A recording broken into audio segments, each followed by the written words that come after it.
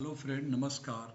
आज मैं फिर आप लोगों के सामने स्लिप इन कार्ट्रिज वाल्व को आगे बढ़ाते हुए proportional throttle slip in cartridge valve के बारे में बताने जा रहा हूँ। ये भी एक फ्लो कंट्रोल ही है, लेकिन ये फ्लो कंट्रोल कैसे होता है? ये कंट्रोल होता है करंट के प्रोपोर्शन में, मतलब रिमोटली कंट्रोल होता है। एक बार आप करंट जैसे जैसे बढ़ाएंगे फ्लो बढ़ेगा घटेगा। तो मैं उसी को कंटिन्यू कर रहा हूँ। आज स्लिप इन कार्ट्रिज वाल्व का लास्ट लेक्चर रहेगा, लास्ट वीडियो रहेगा। तो a proportional throttle valve is a solenoid control normally closed valve that opens in proportion to the electric input signal to the solenoid। ये normally close valve रहता है और electric signal के respect में ये खुलता है, उसी प्रोपोर्शन में ये खुलता है। जितना सिग्नल बढ़ेगा उतना खुलेगा, जितना कम होगा उतना कम है। बट ये रिमोटली होता है, ये बार बार हमको सेट करने की जरूरत नहीं पड़ेगी। It is of direct acting and two stage proportional slipping. ये दो प्रकार का होता है, डायरेक्ट एक्टिंग होता है और टू स्टेज होता है। जहाँ पे ज़्यादा वॉल्यूम की जरूरत पड़ती है वहाँ टू स्टेज, और जहाँ पे कम वॉल्यूम कंट्रोल की जरूरत पड़ती है वहाँ डायरेक्ट एक्टिंग होता है। अभी हम आते हैं direct acting proportional throttle valve के ऊपर। ये एक फिगर है, ये direct acting proportional throttle valve का ये फिगर है। देखिए हमारा एंट्री इधर से होके इधर को जाना है और ये स्पूल है जिससे ये कंट्रोल होता है। मैं इसी को अभी एक्सप्लेन कर देता हूँ। As shown in figure, flow through a direct acting proportional throttle valve is controlled from port A to port B. The spool is hydraulically balanced by a drilled passage that connects the A area of the annulus area that is equal to the A area. A bias spring keeps the spool normally closed when there is no electrical signal to the solenoid. A position sensor called a linear variable differential transformer (LVDT) is placed on the armature of the solenoid to monitor its movement। इसको movement को monitor करने के लिए LVDT लगाता है, जो बता देता है कि हाँ जितना आपने सिग्नल दिया उतना स्पूल मूव होगा और उतना फ्लो आपको मिल गया। An input signal to the solenoid opens the valve until the LVDT signal balances with the input signal। जैसे ही इनपुट सिग्नल हम देते हैं तो वो वाल्व को ओपन कर देता है, जबकि जितना हमने सोलेनोइड का सप्लाई दिया है उस पता जाता है कि इसका ये पोजीशन हो गया, मतलब जितना आपने सिग्नल दिया था उतने रिस्पेक्ट में वाल्व खुल गया। Therefore the valve is opening in proportional to the solenoid input signal. अभी देखिए ये फिगर है, ये हमारा इधर से फ्लो आके इधर को जाना है। नॉर्मली देखिए स्प्रिंग है, अभी आप देखेंगे कि ये जो हमारा पोपेट है बैलेंस एरिया, ये बैलेंस एरिया इधर और इधर का फोर्स बराबर है, प्लस ये स्प्रिंग लगा हुआ है बायस स्प्रिंग। तो नॉर्मल कंडीशन में स्प्रिंग फोर्स से ये बंद रहता है, तो कोई फ्लो इधर नहीं होता है। जैसे ही इसमें हम सोलेनोइड में सप्लाई देते हैं, ये LVDT लगा हुआ है, ये आर्मेचर लगा, जैसे ही इसमें हम सोलेनोइड कॉइल में सप्लाई देते हैं इसको ये पुल करता है, मतलब ऊपर खींचता है। जैसे ही खींचता है तो ये ओपनिंग जो बंद था ये ओपनिंग खुल जाता है, खुल के फ्लो इधर से इधर जाना शुरू हो जाता है। इन द मीन टाइम जितना आपने सप्लाई दिया है उसी रेशियो में ऊपर खींचता है, मतलब स्प्रिंग के अगेंस्ट में इसके खींच के ले जाता है।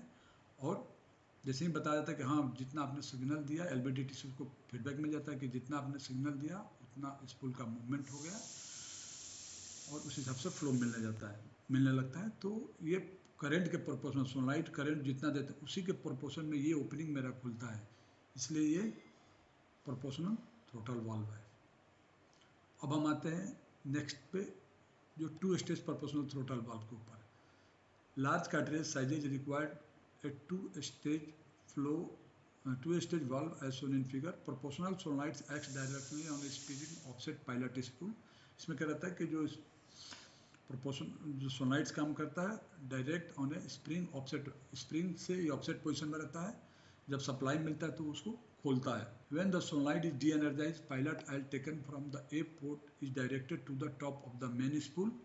इसका फोटो नीचे है, देखिए ये मेन स्पूल है, ऑयल इधर से आके इधर को जाता है। ये हमारा स्पूल है, ये हमारा एक पायलट स्पूल है। देखिए यहाँ पे ये यही से एक पायलट लाइन आके ये जाते हुए इधर से होते हुए इधर को जाया। ये नॉर्मली ऑफसेट पोजिशन में, मतलब ये जनरली नॉर्मली क्लोज रहता है। जब इसको सप्लाई जाता है, सप्लाई जाने पे ये खुलता है, ये ऑयल निकल के जो इधर से ऑयल आके यहाँ पे नॉर्मली क्लोज पोजीशन में रहता है, ऑयल आके इधर से इधर टैंक में चला जाता है। तो यही बताया गया है। When the solenoid is de-energized, pilot oil taken from the A port is directed to the top of the main spool।